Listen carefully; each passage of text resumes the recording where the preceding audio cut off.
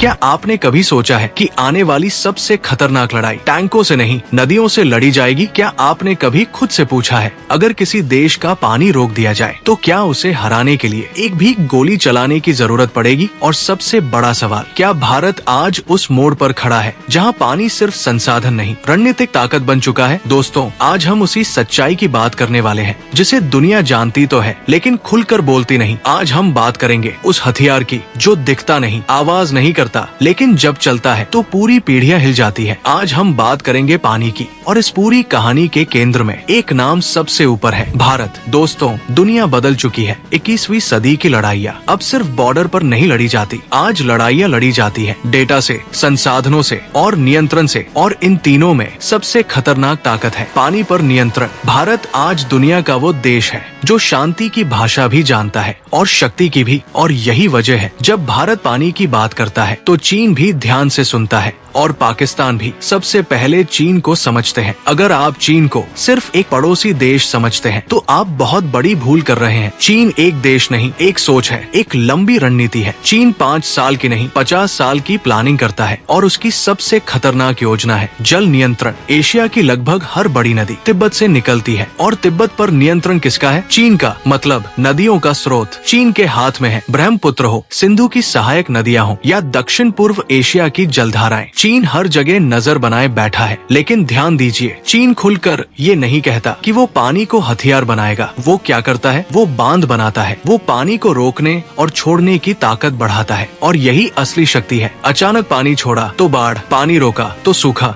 और बाढ़ या सूखा दोनों ही किसी देश को अंदर से तोड़ सकते हैं। अब सवाल ये है, क्या भारत इससे अनजान है? बिल्कुल नहीं। यहीं से भारत की असली ताकत सामने आती है। भारत सिर्फ रिएक्ट नहीं करता, भारत प्लान करता है। भारत ने अपने डैम्स को मजबूत किया, अपने अधिकारों को पहचाना और अंतर्राष्ट्रीय मंचों पर साफ संदेश दिया। भारत अपने हितों से कोई समझौता नहीं करेगा। यही वजह है, चीन चाहे कितना भी बड़ा क्यों न हो, पानी के मुद्दे पर भारत से सीधी टक्कर से बचता है। क्योंकि भारत के पास सिर्फ भौगोलिक ताकत नहीं, नैतिक ताकत भी है। अब पाकिस्तान की बात करते हैं। पाकिस्तान की कहानी पानी के बिना अधूरी है। उसकी खेती, उसकी बिजली, उसकी अर्थव्यवस्था, सब कुछ सिंधु नदी प्रणाली पर टिका है। और यही भारत की भूमिका निर्णायक हो जाती है। दशकों पहले भारत ने दुनिया को चौंका दिया था। इंडस वाटर ट्रीटी पर साइन करके भारत ने साबित किया वो बदले की राजनीति नहीं करता। 3 युद्धों के बावजूद भारत ने कभी पाकिस्तान का पानी नहीं रोका। यही फर्क है। पाकिस्तान हर मुद्दे को राजनीति बनाता है, भारत हर मुद्दे को जिम्मेदारी। लेकिन एक बात साफ है, भारत ने पानी को कभी हथियार नहीं बनाया। लेकिन इसका मतलब ये नहीं कि भारत पानी की ताकत नहीं जानता। प्रधानमंत्री मोदी का